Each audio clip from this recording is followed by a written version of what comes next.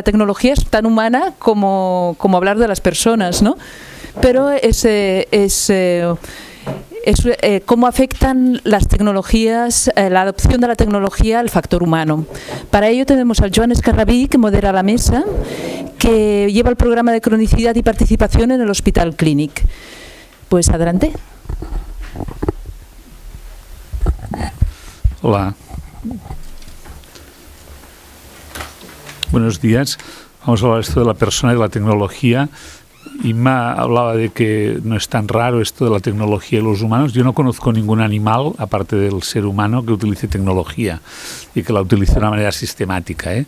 No vale el mono que utiliza un bastón para coger, esto no vale. O sea, tecnología en serio. Eudald Carbonell dice que lo que nos hace humanos es la tecnología, ¿no? Sin entrar en este tipo de discusiones, atacaremos directamente la mesa y seremos estrictos en los 10 minutos cada uno para que al final nos queden un cuarto de hora para poder hacer algunas preguntas. La primera presentación la va a hacer Manuel Armañones, que es el director del Centro IGEL de la Universitat Oberta de Cataluña. Y el título es ¿Qué sabemos sobre la relación entre tecnología y las personas? Cuando preparábamos la mesa, él decía que iba a hablar de algún aspecto psicológico. Espero que... Sí, muchas gracias, Joan. Y cuando ha dicho lo de los 10 minutos me miraba a mí porque me conoce. No sé si funciona o no, pero bueno, intentaré... Bueno, ¿hay un mando de distancia? No, no estamos hablando ahora del micro. Vale. Tenemos una cosa tan espectacular como esta. Ok, sí, bueno, bien. La tecnología se la adapta uno como puede. Bien, vamos a empezar un poquito. Voy a poner el crono tecnológico para no pasarme demasiado.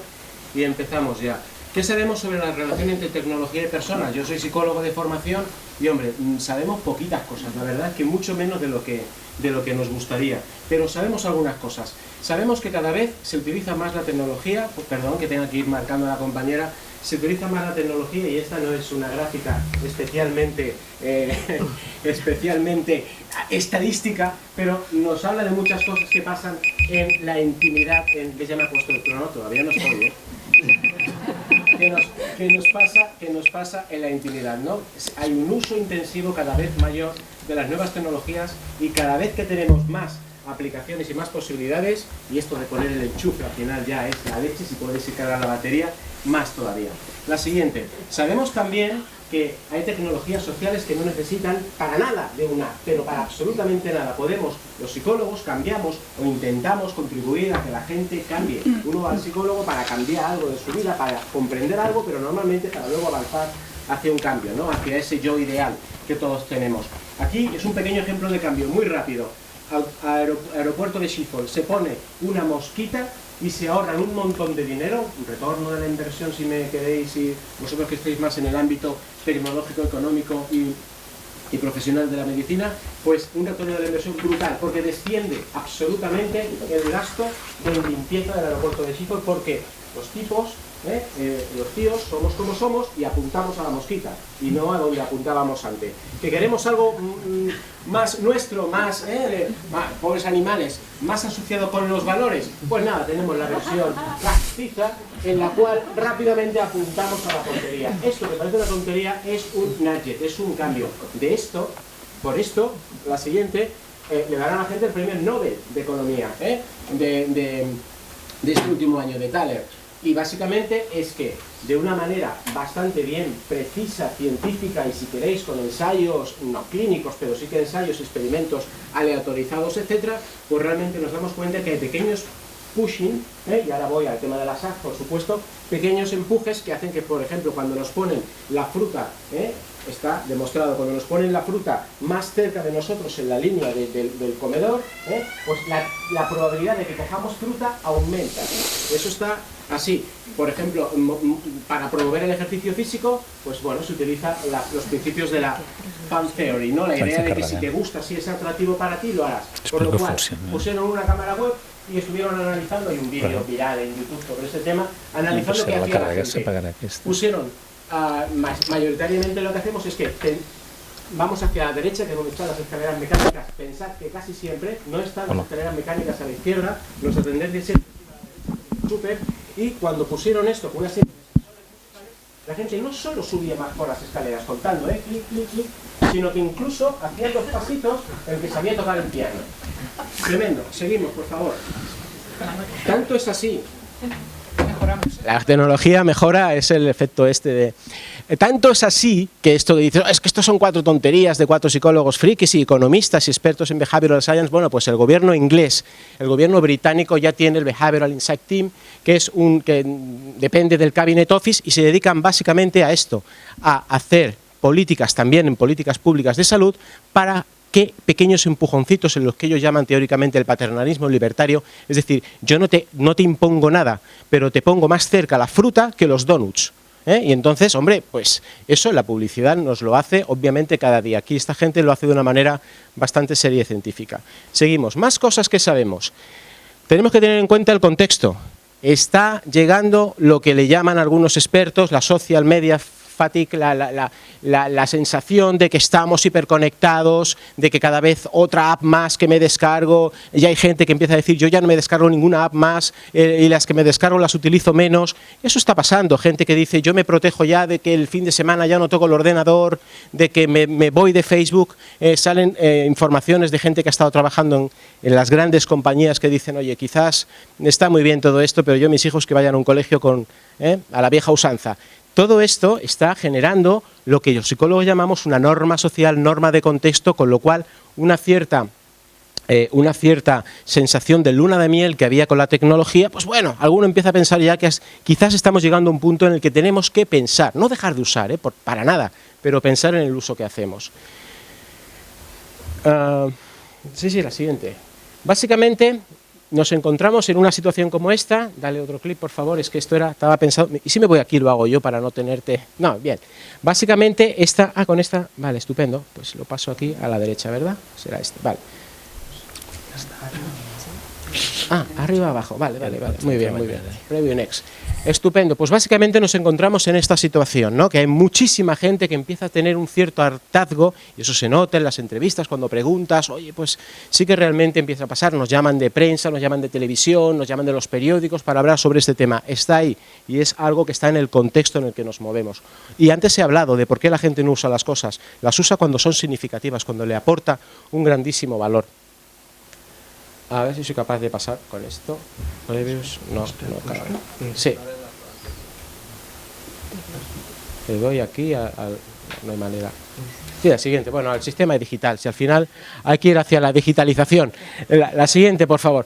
Nos encontramos que tenemos muchísimas apps, todas intentan captar nuestra atención. El neuromarketing está absolutamente en boga, la combinación de los colores. Ahora hay gente que dice, no, mira, para evitar lo del neuromarketing, te pones la pantalla en blanco y negro. Y así mirarás el móvil menos. Sí, al principio sí, pero rápidamente nuestro cerebro se adapta y al final, pues como cuando veíamos de pequeño Bonanza o alguna serie de estas, nadie se daba cuenta de que era en blanco y negro, era lo que veíamos y tú te haces una composición de los colores.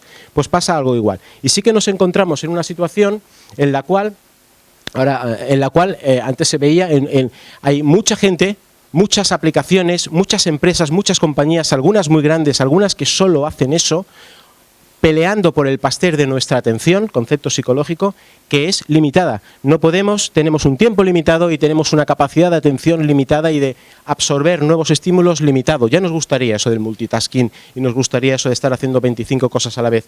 Es muy difícil.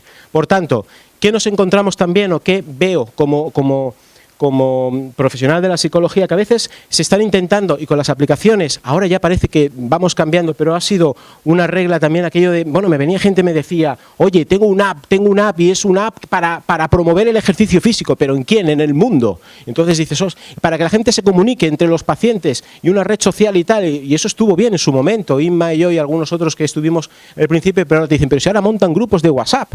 O sea, realmente, es que no hay profesionales, pero si es que no los quieren. Entonces, le vas a decir tú lo que... O sea, empiezan a haber ahí un discurso, un debate, una sensación de que, bueno, de que venía gente a desarrollar el app del todo, que es un poco haciendo la broma, el app del todo, haciendo la broma con lo que los físicos llaman la teoría del todo, una especie de teoría que tiene que ser la explicación de todo y que...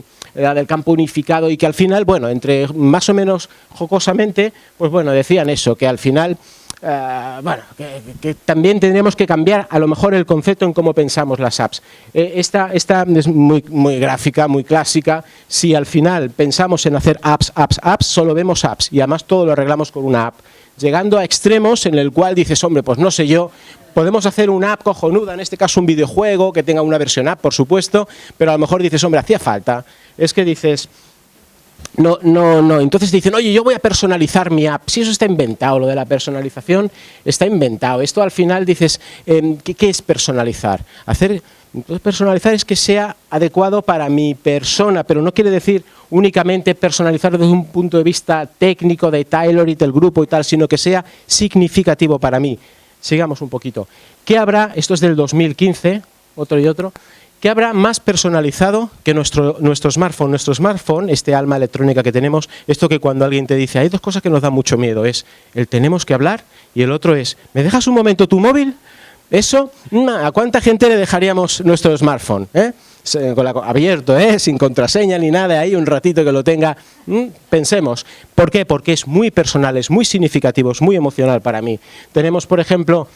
que el otro día decía, oye, vamos a dejarnos, los psicólogos hemos hecho cientos de test de personalidad muy sesudos, con mucha estadística detrás, y al final dice, simplemente echando un vistazo, aunque sea en el tren, como comentaba la compañera, a los emoticonos que utiliza la gente en el WhatsApp, ya vas viendo qué día ha llevado. Y si los pudiéramos agregar, dices, ese de arriba ha tenido un día horrible. El de abajo, hombre, pues ha pasado un poco de todo ahí en esa vida, ¿no? Un poquito de diablillo, pero se ha petado de risa, aplaudido, está contento, le ha salido algo bien, se siente fuerte, etcétera, etcétera. Luego, cuando estemos solos, cada uno que se mire el suyo así un poco para decir, a ver, ¿cómo lo estoy llevando todo esto? Quiero decir que la personalización empieza por ese aparato. Yo el otro día, hace un par de años ya el otro día, hace 3 años escribí una pequeña entrada en... ¿Ves? Ya me está diciendo que me paso, estoy acabando ya, ahora me marca el minuto, ¿no? Me estaba haciendo básicamente eso es un refuerzo negativo, hasta que no deje de hablar no parará. Básicamente es que tú con el Genomap, básicamente lo que quiero decir es que tu mapa genético de tu utilización, o sea, es más personal lo que tenemos en el móvil. No hay 2 móviles iguales en esta sala, ni en marca, ni en modelo, ni en aplicaciones, ni en uso. Y ya la siguiente creo que acabo. Bien, esta la voy a pasar. Y iba a decir un poco lo que estamos trabajando ahora. Apuntaos esto que es interesante, la persuasión. ¿Se puede parar esto? ¿O se puede parar? No, si no es mío. Sí. Entonces, debe ser. Me odia la tecnología, ¿veis? Pues... No, yo digo igual es que es el sistema que hemos instalado. Vale. Pues eso es lo que tiene la tecnología. Esto se llama un refuerzo negativo. Básicamente, para los que os interesen estos temas, en los que estamos trabajando en el eHealth Center de la UOC ahora, el tema de la persuasión tecnológica, interesantísimo. BJ Fogg, en Universidad de Stanford. Aquí ya no hay demasiadas bromas y este señor es mediodía profesor y el otro mediodía trabaja para Facebook, Virgin y otras grandes compañías. Básicamente eso. Trabajando en cómo se cambia. Y ahora ya la siguiente, en cómo promovemos el cambio. Esta es su teoría, básicamente te dice, si quieres diseñar algo que funcione, no necesariamente una app, tienes que tener en cuenta varias cosas. Tienes que tener en cuenta qué motivación tiene el usuario, qué habilidad tiene, eso se ha hablado ya, y luego se puede bajar mucho, y después, cuáles son los motivadores de las personas. Time, money, effort, que cueste poco dinero, que le cueste poco esfuerzo, que le permita entrar en rutina y que además tenga siempre la posibilidad de que haya una señal que te lance la conducta. Eso es impresionante. Ejemplo, cuando estamos un poquito aburridos, no sé, me siento en una reunión un poco, tienes esa necesidad, rápidamente oyes ping, y eso es un trigger, eso es una señal que lo que hace es que rápidamente vayamos a ver el móvil, hagamos la rutina. Por eso todas las grandes compañías tienen muchos de estos, además en color rojo, y básicamente vayamos a mirar y luego tengamos esa recompensa psicológica de decir, bueno, ya veo un poco cómo está el mundo por ahí fuera y me he eliminado esa sensación de aburrimiento. Y seguimos. Nosotros, ¿qué estamos haciendo ahora? Desde un punto de vista, lo más científico que podemos hacer desde la psicología es, básicamente estamos trabajando en un modelo, estamos analizando desde los distintos modelos de cambio que antes se han hablado, por ejemplo, aquí me ha salido mal, la teoría de la acción planificada, estrategias de behavioral change, captology, diseño persuasivo, herramientas de behavioral economics. Estamos solo empezando a analizar distintas apps. Queremos hacer autopsias teóricas de apps. ¿Por qué algunas funcionan, por qué algunas no? Cuando me refiero a funcionan, me refiero única y exclusivamente a que la gente las use. Lo que se decía antes, podemos hacer la app mejor del mundo, la más válida, la más fiable, pero si la gente dice no la uso, realmente no podemos avanzar. Y con esto ya acabo. Muchas gracias y perdonad la precipitación. Gracias. Ahora, para que veas que juego limpio, como que me toca hablar a mí, ahora me controlas tú. ¡Ay, qué bien! Eso es un señor, sí, señor. Vale. Bueno, ahora me toca hablar de la perspectiva de la experiencia del paciente y cómo vamos aterrizando a los que no somos expertos en informática a un mundo más del día a día, más pragmático, mucho más simple, no tan complejo como lo que han explicado. Para introducir la experiencia del paciente, lo primero que habría que hablar es del cambio de paradigma clínico. Venimos de un modelo clínico muy autoritario, prácticamente solo las enfermeras se ocupaban un poco de cuidar en lugar de curar, y los médicos han cambiado un poco hacia el paternalismo, y cuando hemos hablado de autonomía nos hemos quedado en el consentimiento informático. Cuando valoramos la calidad ocurre lo mismo, ¿no? Don Abedian llegaba a hablar de salud percibida, pero de una manera muy periférica.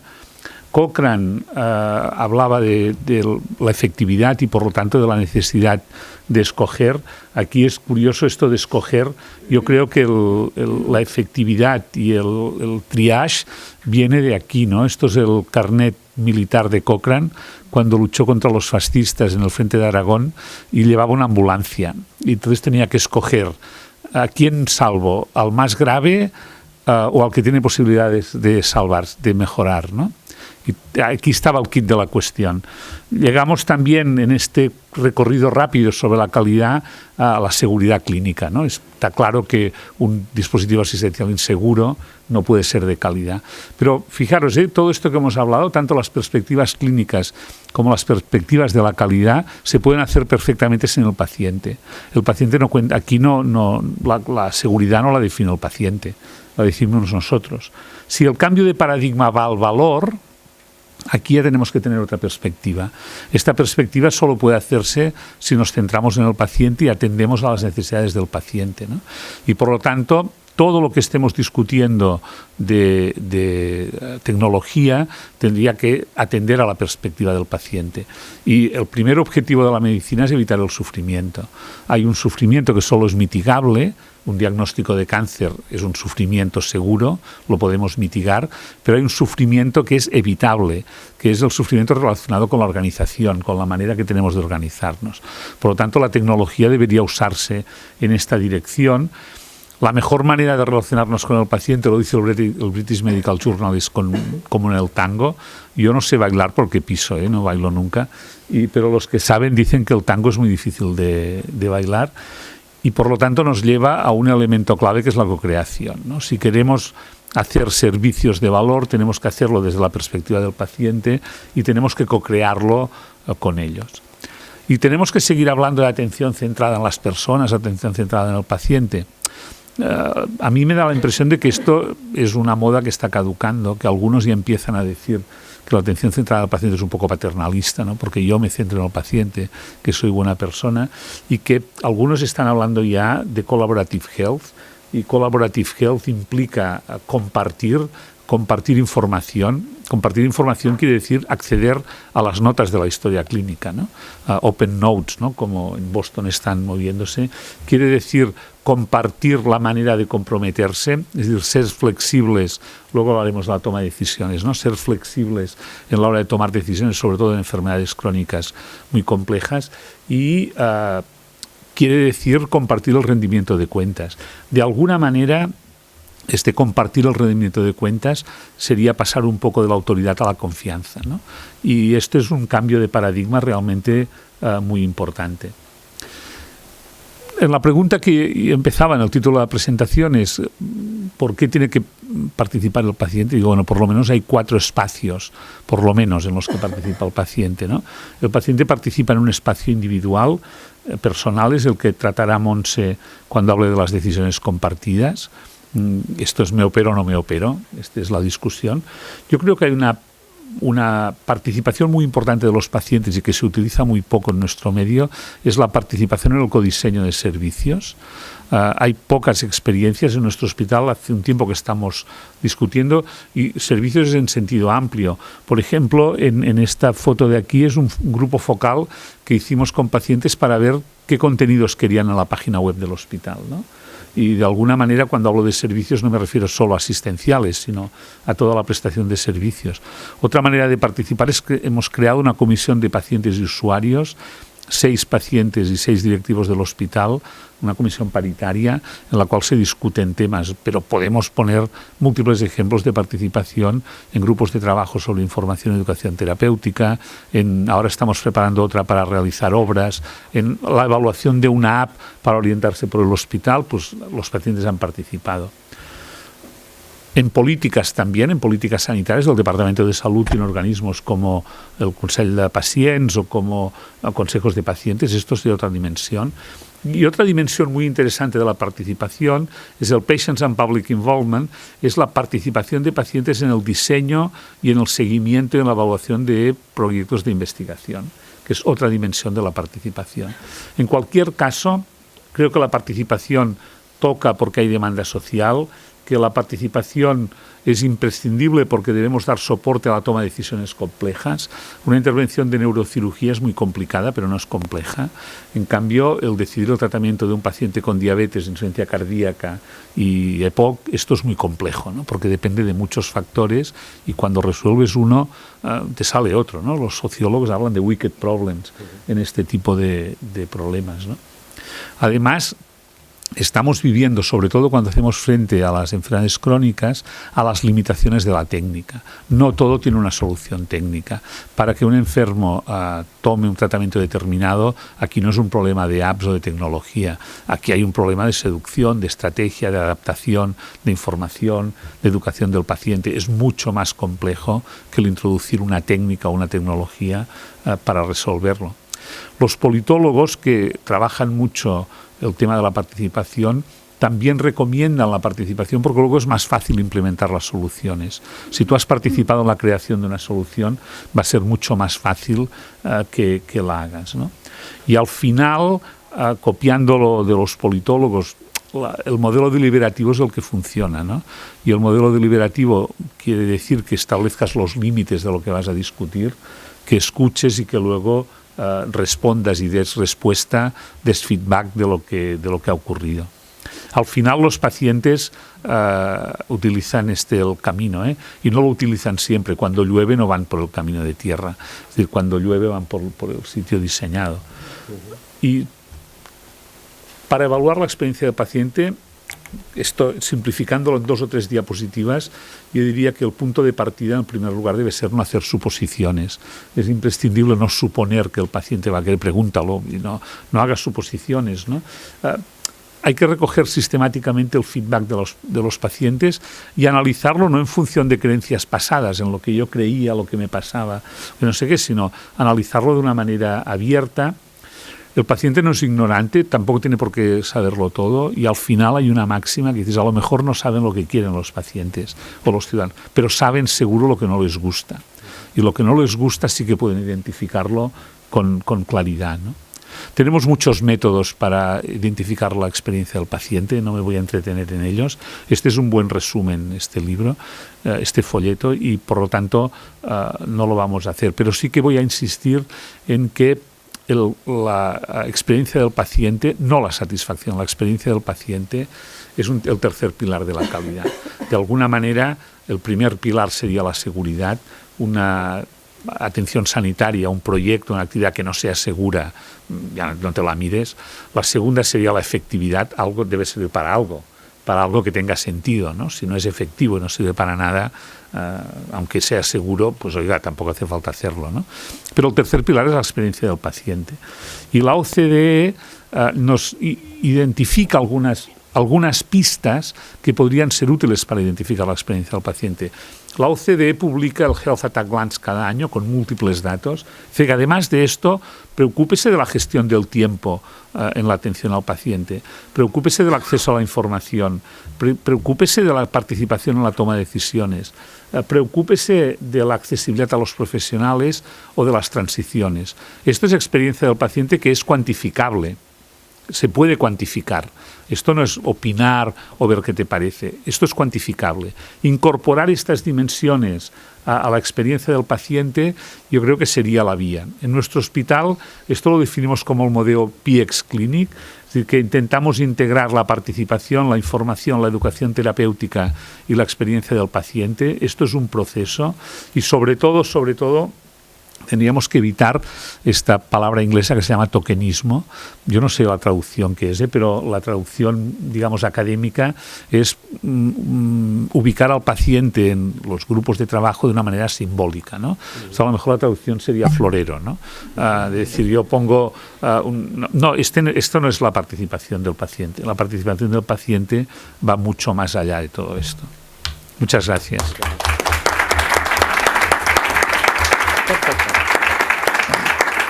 Vuelvo a tomar el mando, ¿te parece? Gracias. Ahora, siguiendo un poco con esta discusión de la experiencia del paciente, de qué es lo que ocurre con todo esto, hay un tema muy importante, es el primero de las 4 dimensiones que yo le sugería, que era el de la toma de decisiones que te afectan a ti, ¿no? Las decisiones compartidas, ¿no? Y para esto nos va a hablar Montse Moarra, que trabaja en AQUAS, en la Agencia de Calidad de Evaluaciones Sanitarias, y que trabaja específicamente con mucha intensidad, además de otras cosas, en el programa de decisiones compartidas. Gracias, Montse. Muchas gracias, Joan. Pues yo os presentaré el proyecto Decisiones Compartidas y cómo integramos las TIC en el proyecto y en la evolución del proyecto desde que empezó en el 2015. Para empezar, y un poco de contexto, ¿por qué estamos hablando ahora de la toma de decisiones compartidas? No sé cuántos de vosotros habréis oído de qué va, ¿no? La toma de decisiones compartidas. ¿Os suena? ¿Es nuevo? ¿Sí? Más o menos, ¿no? Bueno, podríamos hablar de múltiples factores y de muchas razones por las cuales estamos hablando, pero un tema importante es la evolución de Internet y de las TIC, que ha hecho en los últimos años exponencialmente que tengamos acceso a una cantidad de información en salud a través, desde el doctor Google o a través de otras fuentes de información, pues importante. Además, una información que a veces no estamos del todo seguros, ¿no?, de la fiabilidad, de dónde proviene, creemos en esa información, ¿no? Eso por un lado. Pero lo que es importante también, y aquí en el contexto más catalán, lo que llamamos la renovada Carta de Drets y Deures del Ciudadano, que recoge en este sentido más de 100 derechos y deberes del ciudadano, pero entre los que cabe destacar el derecho a la autonomía y el derecho a la participación de la persona en el sistema sanitario. Todo esto, además, no tenemos que dejar de lado, ¿no?, aspectos en los anglicismos estos tan famosos como es el health numeracy y health literacy, como la información tiene que llegar en un formato que las personas la puedan entender de forma comprensible, tanto lo que se refiere a información en texto como lo que se refiere a información más de riesgos relativos, porcentajes, efectos adversos y otras cosas. Esto lo veremos más adelante. Además, estamos, por tanto, en un cambio cultural, ¿no? Joan hablaba, ¿no? Venimos de este modelo más paternalista, donde el médico tenía todos los papeles, ¿no? Estamos yendo hacia un modelo más deliberativo, donde encontraríamos este nuevo modelo de decisión compartida. ¿Dónde lo situamos? En el nivel de participación de la persona, dentro de la pirámide, ¿no? El nivel macro, meso, es en este nivel más micro, en este acto asistencial entre la persona y el profesional sanitario, donde la persona pues puede compartir No, evidentemente, su conocimiento científico sobre la patología, sobre los tratamientos, pero sí sobre sus preferencias, sus expectativas y sus valores, porque él es, en definitiva, quien se conoce a sí mismo mejor. Nosotros, bueno, ya lo ha dicho Joan, ¿no? Nos encanta este estudio del año 97 porque vemos que, bueno, tampoco es una cosa tan nueva. En el año 97 ya había alguien, ¿no? Un estudio, ¿no? Que referenciaba las decisiones compartidas y además hacía esta paradoja con el tango, porque como mínimo hacen falta dos personas, dos partes. ¿Y cómo se toman? Bueno, nosotros cuando hablamos en el proyecto, pues entendemos que es una decisión también informada y es el primer paso. Es el primer paso que en este caso es el profesional sanitario quien tiene que aportar a la persona toda la información relativa a los riesgos, opciones, pros, contras, beneficios del tratamiento al que se puede enfrentar, al diagnóstico o delante de entrar entrar en un programa de cribado, por ejemplo. Pero en un segundo paso, la persona es quien, como decíamos, es quien más bien se conoce a sí misma, ¿no? Entonces puede aportar toda la parte de expectativas de lo que espera, o sus circunstancias personales, o sus experiencias previas que ha vivido. Pero al final, este tercer paso sí que es lo importante que se lleva a cabo en esta toma de decisiones compartidas, y es cuando se llega a un acuerdo entre ambas partes, un acuerdo sobre que se adapta a las mejores circunstancias de la persona. Por tanto, el proyecto, como decíamos, empezó en el 2015.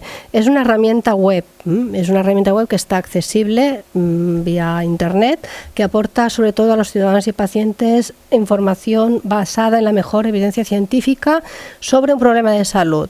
Aportamos opciones de tratamientos, beneficios, riesgos, así como también hay todo un apartado donde se sondea los valores y preferencias. Hay un apartado de un test de preferencias donde la persona puede reflexionar sobre lo que ha leído de la enfermedad, sobre lo que ha leído de los tratamientos, y puede ahí reflexionar por sí solo y prepararse para la consulta o la visita al médico con una serie de preguntas o con una serie de dudas.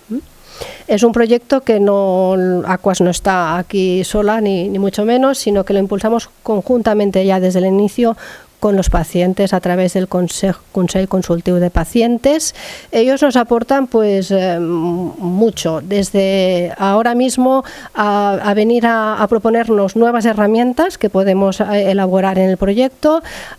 Se integran en el grupo de investigación casi desde el principio a través de la asociación de pacientes, ¿no?, que es relacionada con la patología en concreto que estamos trabajando. Nos revisan el material también antes de que se publique, porque toda la terminología científica se rebaje al mínimo, ¿no? Y además nos aportan sus testimonios como pacientes que después publicamos en el web. También colaboramos para elaborar el material con las sociedades científicas o con los grupos de investigación que están ya en el territorio trabajando a veces en estas líneas concretas. ¿Y qué son las herramientas, ¿no?, de ayuda a la toma de decisiones compartidas? Bueno, ya lo hemos dicho, son herramientas que aportan este tipo de información sobre opciones disponibles, pero lo que es imprescindible es que cualquier herramienta sea fácil de entender, que el lenguaje sea de lectura fácil, que decimos nosotros, ¿no?, adaptado a un lenguaje claro y entendedor, y que ayude al final, sobre todo, al paciente a tomar una decisión sobre las opciones que se pueda encontrar. Nosotros, bueno, utilizamos formatos que a veces son mucho más agradables, ¿no?, como los iconos, para presentar efectos adversos, ¿no?, con los dibujitos o colores diferentes, antes de que empezar a hablar de porcentajes, ¿no? Por ejemplo, que aquí ya entramos en una discusión de cómo se entiende bien o no la información que estamos dando, o con unos pictogramas o iconos, ¿no?, en tema de la detección precoz de cáncer de mama, que estamos trabajando como una herramienta futura. Aquí, por ejemplo, la información de las TIC, ¿cómo la contextualizamos? Pues es un caso concreto del aneurisma de aorta abdominal, que trabajamos con datos de nuestro territorio aquí en Cataluña para hacer pues esta gráfica donde, bueno, la mortalidad hospitalaria, quizás si la tuviéramos que representar o explicar a nivel de porcentaje, sería muy complicada para una persona, pero si en el momento que la pones en un dibujo con iconos y con diferentes colores, pues ayuda a entender que la persona que le estás explicando por qué puede enfrentarse o puede de alguna manera, no siempre, ¿no?, elegir entre una intervención programada o una endovascular o una cirugía abierta, pues dónde está el tema de la mortalidad representada. ¿Cuándo se aplican? Podemos hablar siempre de hacer una herramienta de decisión compartida. Bueno, podemos hablar enfrente de un programa de cribado o diagnóstico, de un procedimiento médico o quirúrgico, de un tratamiento, de un cambio del estilo de vida, pero sí que hay algunos imprescindibles. Y es que siempre tiene que haber más de una opción disponible, incluso la opción de no hacer nada, de una espera vigilante. Cuando hay a veces una incerteza de efectividad, ¿no? Todas las opciones te dan más o menos, ahí están, ¿no? Pero hay algún factor más, quizá, que el paciente o la persona puede decidir. Cuando a veces hemos identificado patologías porque tienen una prevalencia alta y hemos elaborado una herramienta de la patología en concreto, o a veces hay temas que son mucho más sensibles a las preferencias, como por ejemplo nos hemos encontrado con la herramienta de la reconstrucción mamaria después de una mastectomía por cáncer de mama. Esta es un poco una de las primeras herramientas que trabajamos en el 2015, para que veáis un poquito, ¿no? Pues bueno, aquí había, antes del cáncer de próstata localizado, varias opciones de tratamiento, ¿no? La cirugía, radiación externa, braquiterapia, vigilancia activa. Siempre todas las herramientas que elaboramos intentamos que tengan una misma estructura de información, o sea, hay unos apartados muy dedicados al profesional sanitario en cuanto a información, ¿no? Opciones terapéuticas, en cuanto a tablas comparativas, pero luego hay unos apartados muy dedicados también a la persona o al paciente en cuanto a un test de preferencias que he comentado, en cuanto a preguntas frecuentes, o al apartado de testimonios, donde con casos reales intentamos poner ejemplos, pues, de personas que están dentro de estos casos. Aquí un poquito hemos puesto, pues bueno, la trayectoria desde el 2015 hasta ahora. Tenemos diferentes herramientas elaboradas ya. Algunas integran más TIC, ¿no?, más elementos TIC que otras. Hay alguna, como la reconstrucción mamaria, que incluso tiene un simulador, ¿no?, que la mujer puede explorar frente a una reconstrucción mamaria, cómo podría acabar, ¿no?, su reconstrucción. Hay otras que no tienen tantos elementos TIC, depende un poquito también a veces de cómo empezamos a construir la herramienta, de cómo los pacientes se van incorporando. A menudo hacemos los grupos focales para identificar y diseñar, sobre todo cuando hablamos de un simulador o de una aplicación ligada a la herramienta, para asegurar que luego todo lo que vayamos desarrollando, pues es de usabilidad y es de utilidad para las personas que lo tengan que utilizar. Y muchas gracias. Este es el equipo, que somos pocos, pero hacemos mucho trabajo en Aquas en el proyecto.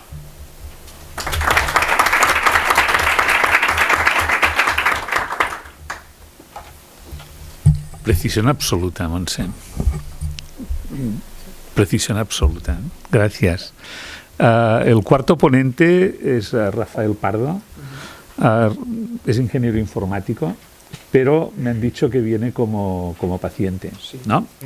Y por lo tanto rompemos un poco lo que se suele hacer en este tipo de reuniones, que hablamos de los pacientes en los pacientes, ¿no? Sí, no modernas María Antonietas, ¿no? Sí, exacto, ¿no? Por lo tanto, yo creo que bienvenido y gracias.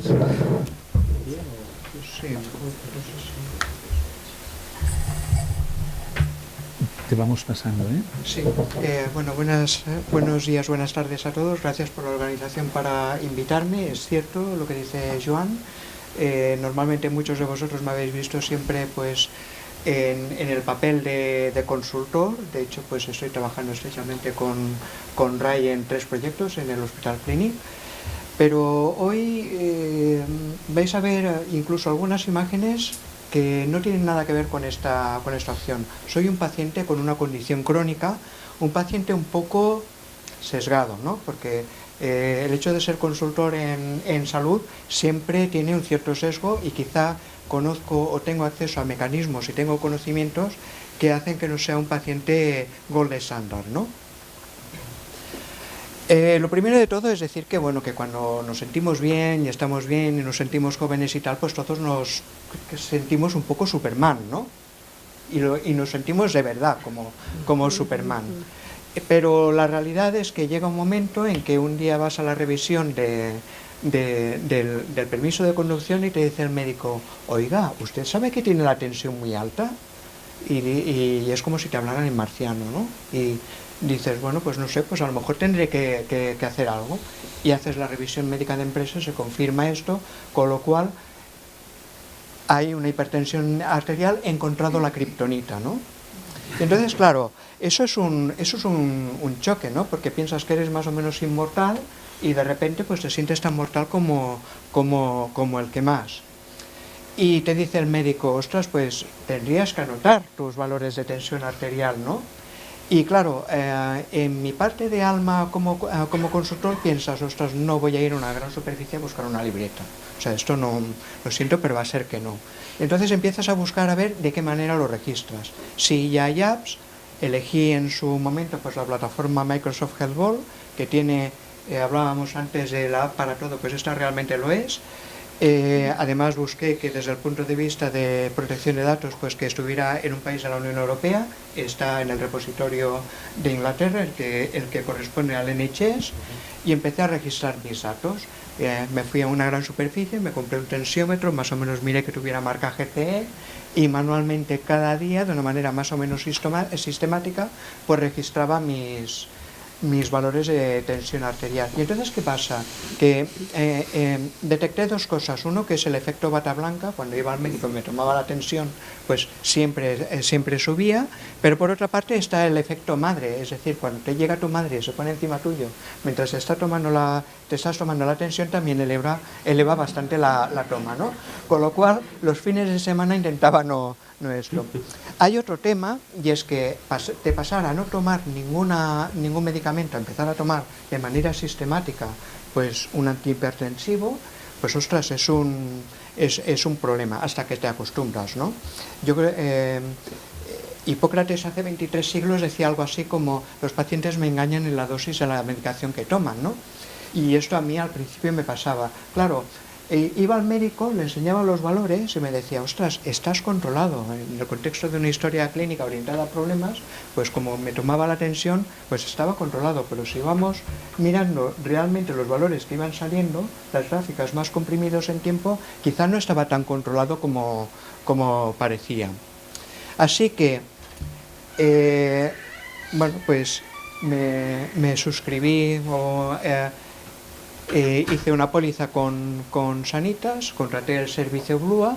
Entonces una de las cosas que me encontré es que tenía la facilidad de las videoconsultas, que las podía hacer en cualquier parte. En mi actividad como consultor puedo estar en cualquier momento, en cualquier sitio, y bueno, pues dado que tenía ya el chip de paciente crónico, yo necesito poder acceder a mi médico de una manera razonable. Él es el doctor César Morcillo, el jefe de servicio de medicina interna del Hospital Sanitas Cima. Esta videoconferencia, que era para comentar un tema que vendrá en las siguientes diapositivas, pues necesitaba hablar con él, y esto se hizo anteayer. Yo estaba conectado vía 4G en las afueras de Vic. Y bueno, tuvimos la consulta médica sin más problemas. Claro, el doctor Juan Morcillo, aparte de ser el coordinador Blua de Sanitas, además lleva a cabo un ensayo clínico que es Salud Conectada, y me reclutó como paciente. Tengo que agradecer a Sanitas la sensibilidad de poder explicaros qué es lo que se hace en un ensayo clínico en marcha, sin ser yo médico, sino que soy realmente parte de la N, ¿no? Sanitas básicamente lo que quiere es introducir en el futuro la posibilidad de que sus asegurados pues puedan ser monitorizados los pacientes con condiciones crónicas. Y entonces, bueno, pues me dio acceso a una app, me facilitó un wearable, y yo cada día de manera sistemática pues me tomo la tensión con el wearable. Esto pasa a la app se conecta con una estación de trabajo que tiene el médico, y yo antes de cada visita, pues el médico sabe perfectamente cómo tengo de controlada la tensión. Podemos ver cómo lo ve el médico. Si os fijáis, no sé si al menos el láser que funcione.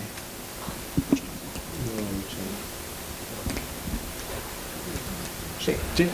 Si os fijáis, Mientras que cuando hacía la toma manual la tensión tenía altibajos, aquí realmente está bastante controlada, está bastante bien, y desde el punto de vista de pauta farmacológica mantengo exactamente la misma. Mi percepción, pues tengo la tensión arterial mejor controlada desde que sé, que siento que estoy monitorizado. Pero claro, llega el momento de decir, bueno, soy un consultor friki, a mí me gusta probar las cosas en mis propias carnes, vamos a explorar el maravilloso y fastuoso mundo de los wearables. Y me compro un wearable, y este wearable me salvó la vida. ¿Qué veis aquí en esta imagen? ¿Qué os choca?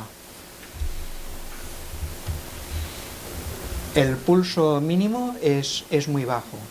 Al principio, cuando lo vi, pensé dos cosas. Una, ostras, Rafa, eres Miguel Indurain. Y la segunda es, el wearable no debe ir bien, porque si tenemos que la máxima son 120 y la media son 85, no sé, hay algo raro, ¿no? El caso es que esto fue en agosto de este año pasado. Duerme una persona a mi lado durante una serie de días y me dice, oye, ¿tú sabes que haces apneas del sueño? Pues no. Voy al médico, me preparan la prueba. Como podéis ver, este soy yo. Y fijaos en que tengo el pulsioxímetro allí. El caso es que cuando se miran los resultados de esta prueba, el pulsioxímetro revela una condición de que en algunos momentos estaba prácticamente en parada. No puede ser, es imposible. Vamos a repetir la prueba, nos vamos a poner serios. Y entonces nos pusimos serios, como podéis ver. Excuso deciros lo complicado que es llegar a conciliar el sueño con semejante aparataje. Y esta prueba confirmó que realmente la saturación de oxígeno bajaba del 72% en las apneas y la frecuencia cardíaca a menos de 35. Con lo cual, digamos que cada noche me moría un poquito, para decirlo de una manera suave. Así que empezamos a explorar a ver qué pasaba, porque desde el punto de vista de físico, ha sido demasiado deprisa. Desde el punto de vista físico, pues no tengo un físico como para tener apneas, y recordé que había tenido un accidente de trabajo en 2005, que me rompí los huesos de la nariz y que me quedó torcida. Me exploró un otorrino y dijeron, no, esto está para operar, ¿cómo es posible que pueda respirar bien? Así que esta es mi foto de carnaval. Aquí mi buena amiga Olga Araujo, médico internista, me dijo, no, este bigote no puede ser, te tengo que poner algo. Por tanto, aquí digamos que más de moda, y este ya es mi aspecto actual, foto de hace dos o tres días. Debo decir que ya no hago apneas, el wearable me dice que el ritmo cardíaco pues está dentro de lo normal, es decir, no saturación, pues no tengo pulsioxímetro, ya me lo miraré. Y la verdad es que muy satisfecho. Puede ser un caso de amime-funcionismo, lo admito, pero la realidad es que, pues me siento bien. Quiero transmitiros que en este trayecto en el cual pues me he monitorizado, me he buscado apps, estoy dentro de un ensayo clínico, uso habitualmente herramientas telemáticas para acceder a servicios médicos, y la realidad es que en los controles que hago, pues si el médico no me tiene que tocar, para mí es muy cómodo el hecho de tener una videoconsulta. Hay una serie de lecciones aprendidas, ¿no? Y la primera de ellas es que yo, que pues he sido un poco un paciente, vamos a ponerlo así entre comillas, realmente cuando he tenido un médico que me ha escuchado, que hemos podido hablar, que hemos podido dialogar, que hemos podido llegar a consensos, llegar a pactos sobre mis condiciones y cómo afrontar determinados aspectos de mi salud, eso ha sido muy positivo. Y que además, que la confianza es todo, es decir, yo tengo una mayor adherencia a los tratamientos de mi médico porque existe ese diálogo y mi médico confía en que yo los siga, aparte de que estoy vigilado, ¿no? Pero bueno, eso es un detalle sin importancia.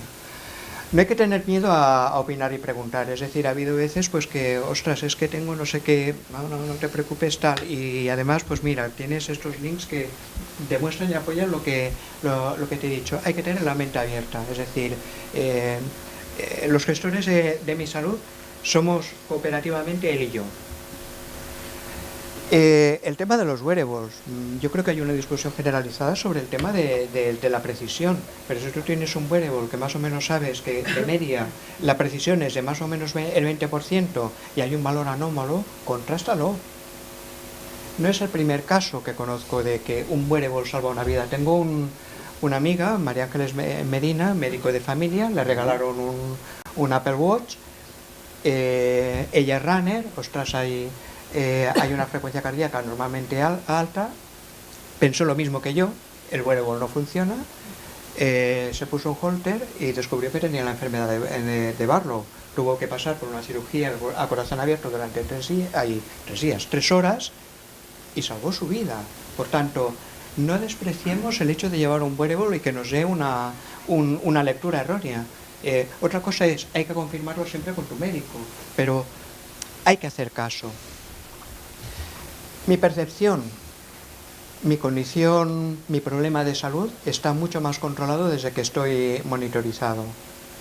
Y eso, insisto, a lo mejor es a mí me funcionismo, pero bueno, las gráficas y los datos están ahí, ¿no? El tema de la videoconsulta, como tengo la profesión que tengo y no sé nunca por dónde ando, al estar monitorizado y poder hacer videoconsulta, poder acceder a mi médico por videoconsulta, pues ostras, si no me tienen que hacer nada, yo no piso el hospital. Yo me reservo una sala en mi despacho o me voy tranquilamente a un rincón discreto y puedo tener una consulta médica. Por tanto, yo creo que es un valor añadido importante. Pon un wearable en tu vida. O sea, eso te puede aparte de salvarte la vida, puede ayudarte a que adquieras hábitos de salud saludables. Hay uno más que no lo he puesto aquí y es que toda esa tecnología que estamos usando es tecnología que nos acompaña, que nos ayuda, que nos envuelve. Podríamos hablar del anuncio de las compresas, no se mueve, no se nota, puede montar a caballo y tal, pero la realidad es que la tecnología cuando funciona no la tenemos que notar. Si la tecnología la notamos es que no funciona, es que hay un problema de diseño. Y ya está. Muchas gracias. Muchas gracias a los ponentes. Tenemos un rato para hacer preguntas. ¿Se anima alguien para disparar? Pau.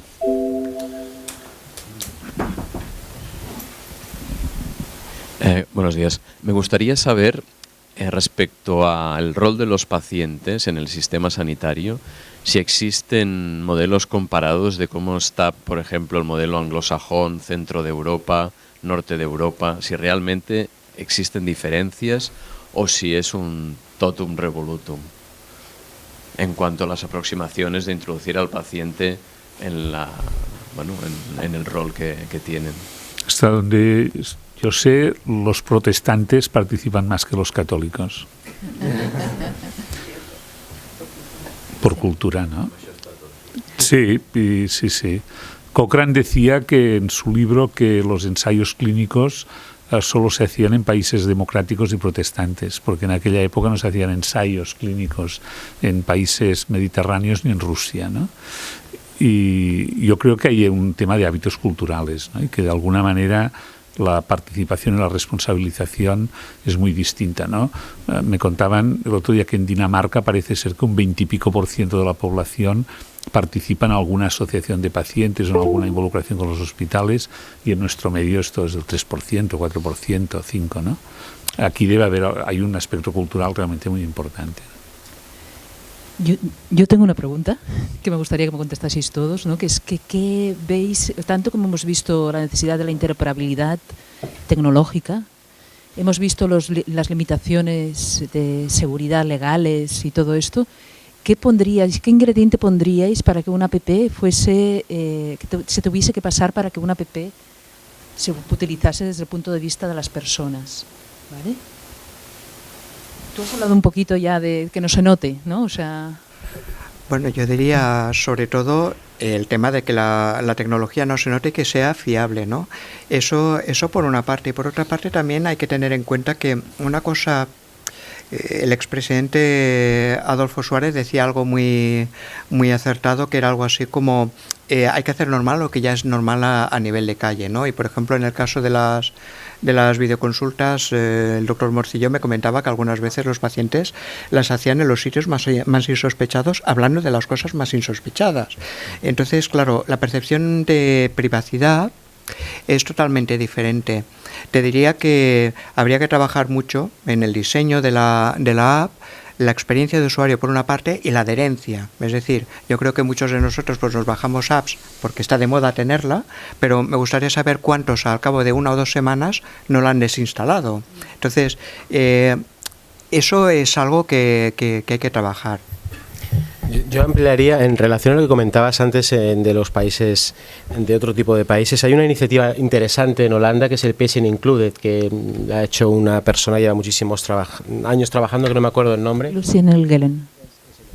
Y es que ponen un sello, por ejemplo, a congresos, actos en los que participan los pacientes de manera no token, o sea, de manera activa, no solo en el show patients, que le llaman, es decir, y al final pongo un paciente, que pasa mucho en los congresos profesionales, sino desde el diseño de del propio evento, ¿no? Para ver quién participa en la mesa. Son iniciativas que son curiosas y no serían difíciles de adaptar. Y eso a nivel de norma social hace que también, pues bueno, hay estudios en los que se pone de evidencia que cuando los pacientes participan activamente en las asociaciones de pacientes o pacientes individuales, el impacto del congreso llega mucho más allá de dónde llega cuando no participa, porque se abren canales distintos de comunicación y se llega a sitios en los que al final aquí somos una comunión de conversos, ¿no? Somos los mismos en casi siempre y tal, eso por un lado.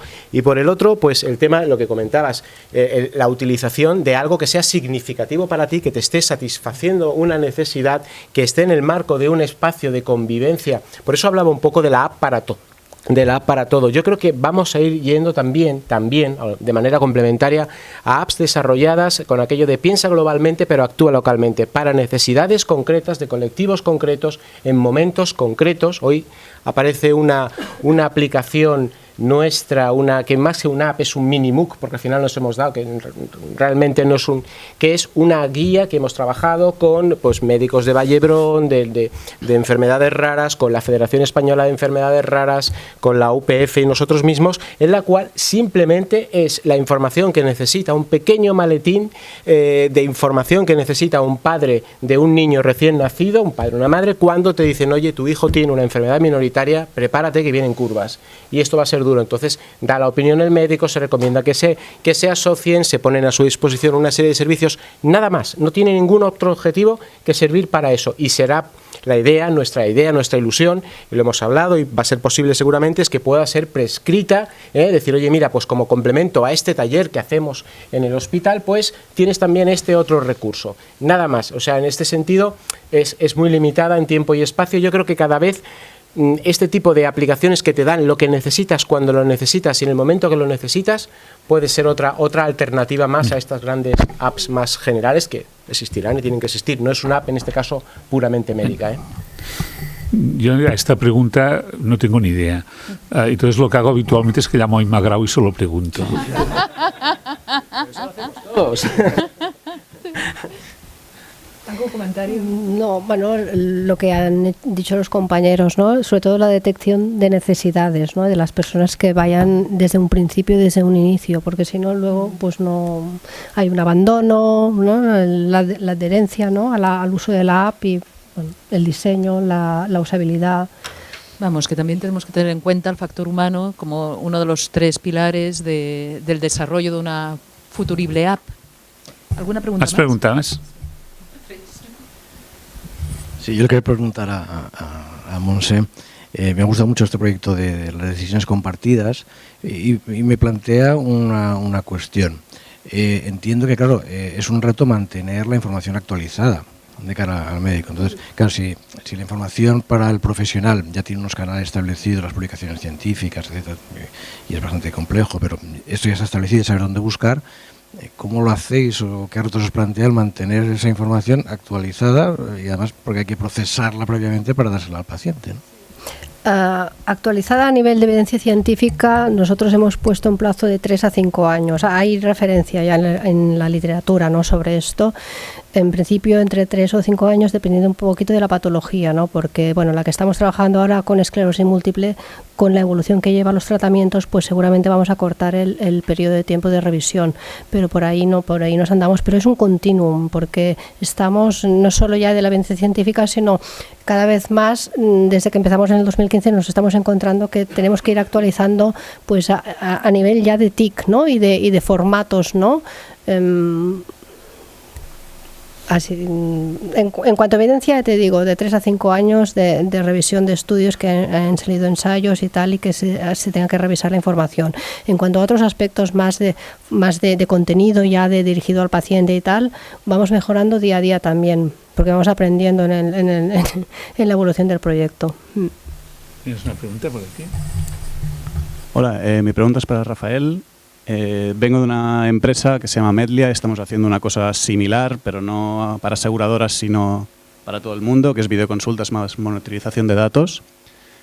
Mi pregunta, porque has comentado muchos temas de pros que tiene este sistema de videoconsulta más monitorización, los contras por eso, alguna cosa que se tendría que mejorar, algo que es inconveniente en el servicio, algo en lo que se tendría que seguir trabajando para mejorar en este tema del eHealth.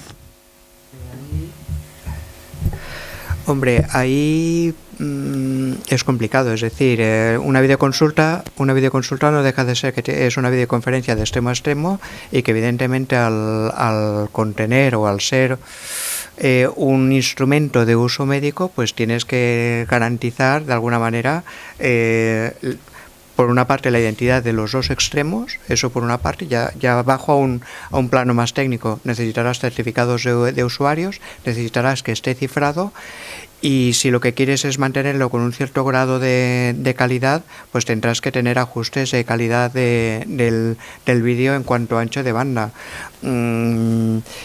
Que habrá en algún momento, a mí no me ha pasado, pero que habrá en algún momento que las condiciones de, no sé, estás en una montaña, tienes 3G y además hay 17 personas que están colgadas a Facebook y el canal que queda libre pues no tiene suficiente ancho de banda como para mantener la videoconferencia. Puedes tener una audioconferencia. Si tienes este escalado no tendría que tener más problema, pero sí que es cierto que no es algo que pueda resolver con Skype, sino que tiene que haber unas características de seguridad para uso clínico.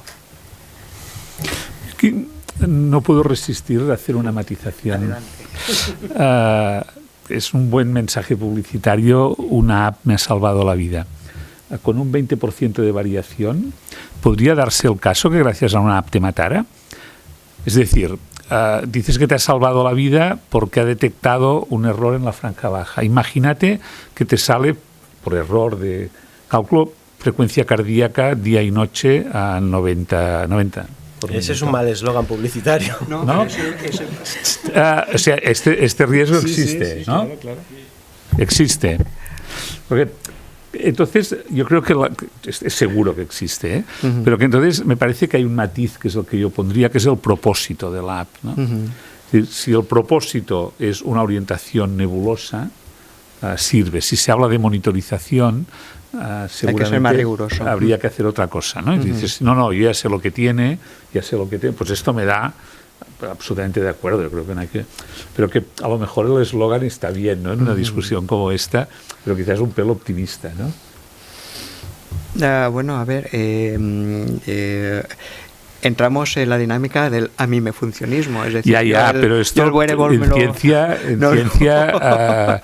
tiene algunos límites, ¿no? Sí, no, evidentemente. Lo que sí es cierto es que el wearable sobre todo me lo compro porque tengo el propósito de hacer 10.000 pasos al día y necesito algo que me los cuente, y como añadido me hace una monitorización continua cardíaca, es por eso que lo detecto. En el caso de la médico que comentaba antes, María Ángeles Medina, es al revés, está en la franja alta como tú dices, y ella también despreció en su momento esa lectura la dio como errónea, igual que yo dije como errónea la mía, y al final pues resultó que sí, que realmente había algo. ¿Que es demasiado optimista? Desde luego. Seguro que habría que matizarlo mucho, pero bueno, son dos casos quizá extremos en los cuales sí ha sucedido. En otros casos pues a lo mejor habría que ver, no lo sé. Bien, lo podríamos combinar con la forma más clásica de hoy haces mala cara, ¿no? Algo así. Karma. Hola, buen día. Mi pregunta está más en la línea de las percepciones que no en datos científicos que lo avalen, porque imagino que no existen. ¿Hasta qué punto en los últimos 5 años realmente hay un incremento en la participación de pacientes y hasta qué punto hay una mayor predisposición por parte de los profesionales de la salud a aceptar este empoderamiento? Y si esto se produce, que ojalá la respuesta es que sí, ¿cuáles son los disparadores que pueden favorecer tanto las dos partes de la pareja del tango, de que uno quiera bailar más y que el otro quiera bailar con el que quiere bailar con él? Si contesto yo. O sea, los médicos, sobre todo los médicos jóvenes, tienen un problema muy grave que no son conscientes, que es que nuestra generación nos estamos haciendo viejos y vamos a fastidiarles mucho porque vamos a exigir muchas cosas, ¿no? Y no, esto que te llamen abuelo, pues dirás, oye, será... A mí que me dejen sentar en el metro lo agradezco, pero que me llamen abuelo no. Por lo tanto, mi impresión, que también sin evidencias científicas, que estamos respondiendo a un cambio generacional y a un cambio de generaciones que piden más cosas y piden más explicaciones. Estamos asistiendo a una ciudadanía que le ofrecemos tratamientos con mucho éxito, pero que también tienen riesgos y tienen inconvenientes. Y cada vez la gente, la ciudadanía, reduce la asimetría de conocimiento. Internet ha democratizado el acceso al conocimiento con todos los matices que queráis y todo lo que queráis. Por lo tanto, no es un problema de que alguien se haya iluminado y haya dicho que sí, sino que la sociedad va en esta dirección. Hay algunos directivos y algunos médicos, algunas enfermeras, algunos más sensibles y lo promueven un poco antes que otros. Pero es un poco lo que decía Manuel, no es un problema de pensar o no, sino que es que va por aquí, ¿no? Y lo del recambio generacional, yo lo digo muy en serio, ¿no? Porque estamos llegando a la edad provecta geriátrica, una generación que no nos vamos a creer según qué, ¿no? Y que según qué explicaciones no lo vamos a aceptar. Y por lo tanto vamos a cuestionar, vamos a interpelar, vamos a pedir cosas, ¿no?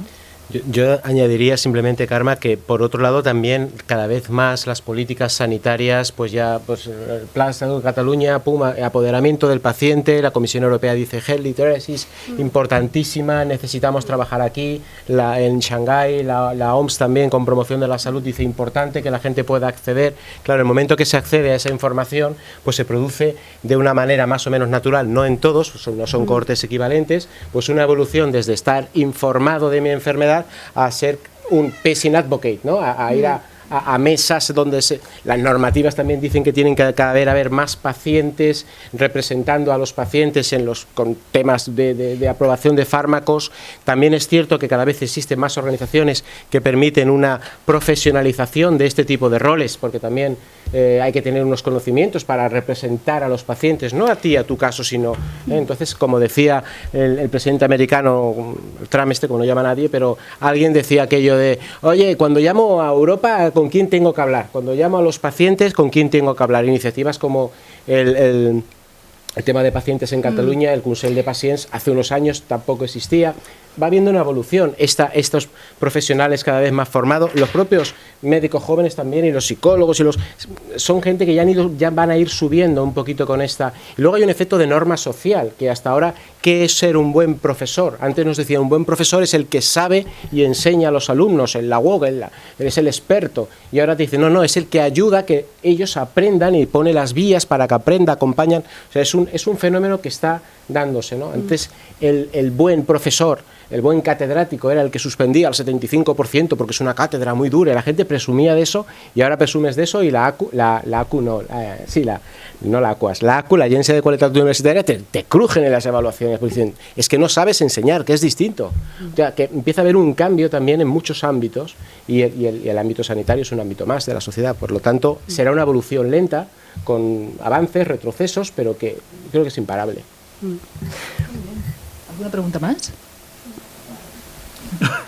Estamos casi acabando a tiempo. Sí, mi pregunta era relacionada